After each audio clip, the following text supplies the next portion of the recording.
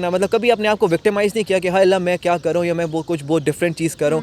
जिस दिन आपने अपने आप को विक्टिमाइज़ करना शुरू कर दिया, अपने आप पे तरस खाना शुरू कर दिया ना, तब फिर आपको बहुत सारी रीज़न मिल जाएंगे क्विट करने की और बहुत सारी रीज़न मिल जाएंगे डिस्ट्रैक्शन के। वो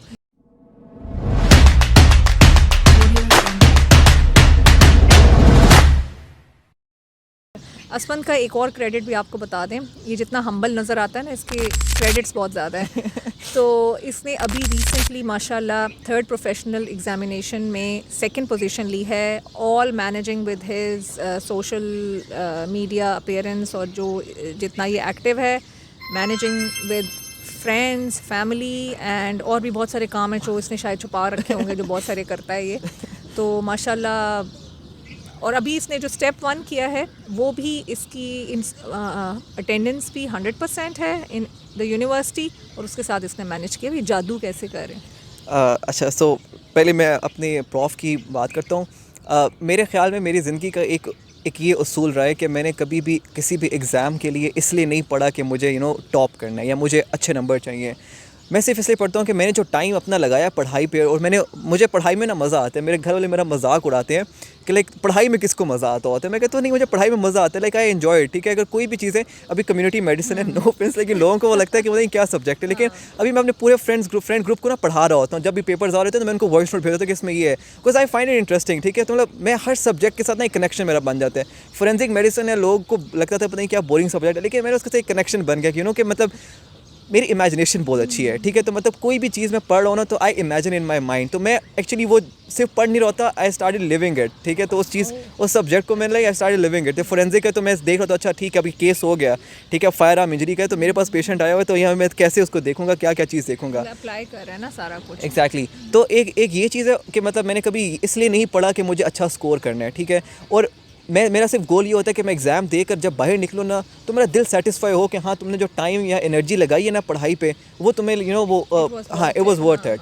और एक ये चीज़ मुझे आई think it help me in prof इसलिए भी क्योंकि मेरे दिमाग में कोई स्ट्रेस होता ही नहीं था कि मैंने टॉप करना है। ऑल्दो मैंने पहले 2 साल में मेरी पोजीशंस कोई नहीं थी, लेकिन I was in the top 10 ना, तो लेकिन मेरे कभी ये नहीं होता है मैंने टॉप करना है, मैंने टॉप 3 पे आना है। जब टॉप मेरा रिजल्ट आया था, मेरे दोस्त मुझे कॉल करके बताया, मैंने कहा मजाक कर रहे हो, लेकिन झूठ बोल रहे हो कि मैं कैसे कर सकता हूँ। तो मैं जब खुद देखा मैं हैरान था। मतलब मेरा थर्ड प्रॉफ इतना अच्छा नहीं हुआ था जितने पहले 2 हुए थे। तो मैंने कहा पता नहीं कि अल्लाह ताला इज़ सो काइंड, मेरे केस में ख़ास तौर पे।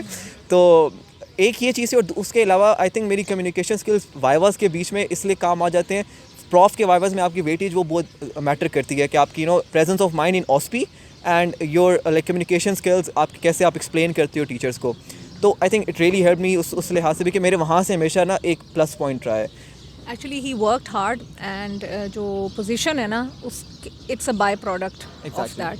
मतलब उसके लिए इसने नहीं किया। जैसे हम पैसा और दौलत के बारे में कहते हैं, कोई भी आप काम करें ना, इसलिए कभी नहीं करेंगे इसमें पैसा बहुत आएगा। आप करें, दिल से करें, लगन से करें, पैसा एज अ बाय प्रोडक्ट ज़रूर आ जाएगा। बिल्कुल। और सेकेंडली जब स्टेप 1 की अगर मैं बात करूँ तो step 1 is definitely the 9th most difficult exam. ठीक है, पूरी दुनिया का।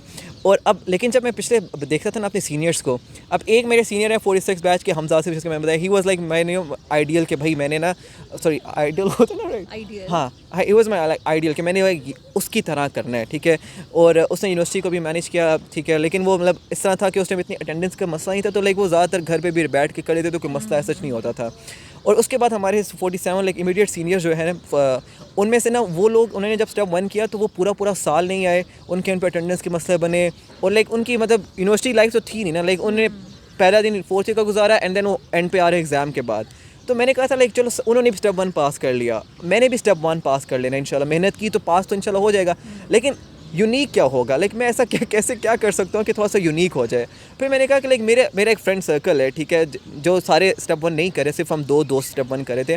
मैंने कहा एक पूरा साल मैं घर पे बैठ के विदाउट देम कैसे गुजार सकता हूँ। लाइक मुझे वो लग रहा था कि ये मैं असफन हुई ही नहीं कि जो घर पे बैठ के दुनिया से हट के सिर्फ पढ़ाई कर रहा है। तो मैंने कहा अब हम ऑड्स को चैलेंज करेंगे।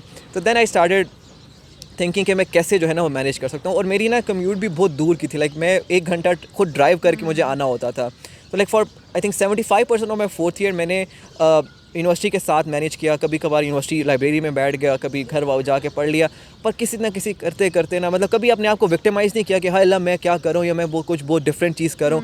जिस दिन आपने अपने आप को विक्टिमाइज़ करना शुरू कर दिया, अपने आप पे तरस खाना शुरू कर दिया ना, तब फिर आपको बहुत सारी रीज़न मिल जाएंगे क्विट करने की और बहुत सारी रीज़न मिल जाएंगे डिस्ट्रैक्शन के। वो तो कभी विक्टिमाइज़ नहीं किया मैंने अपने आप को। और दूसरा फिर मेरे घर वाले को भी थोड़ा एहसास हुआ तो उन्होंने बोला कि आप ऐसा करो, थोड़ा करीब रह लो।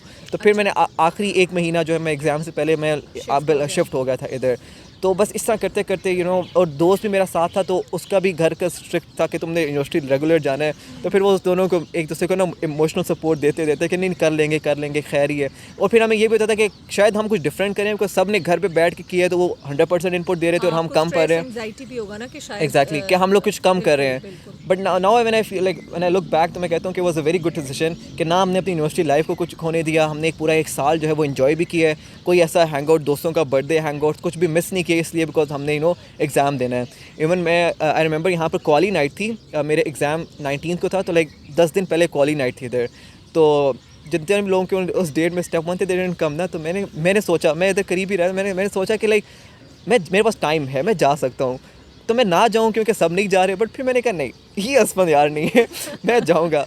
फिर मैं आया, मैंने पूरा यहाँ पर इन्जॉय किया, ठीक है। उधर मुझे किसी ने बोला भी कि कि आज तुम्हें शर्म नहीं आ रही कि तुम्हारा एग्ज़ाम है। मैंने कहा आपको शर्म नहीं आ रही कि आप मेरे से पूछ रहे हो ये सवाल। तो लाइक बस इस तरह करके आई थिंक बस गुजर गया। कभी वही व्हेन आई लुक बैक मेरे पास सिर्फ इसके लिए ना positive feelings and happy memories ही हैं। और मैं कहा इट ऑल मैटर्स, ठीक है। पास सब कर लेते हैं, घर पे बैड वाले भी कर लेंगे, जो आ रहे हैं वो भी कर लेंगे।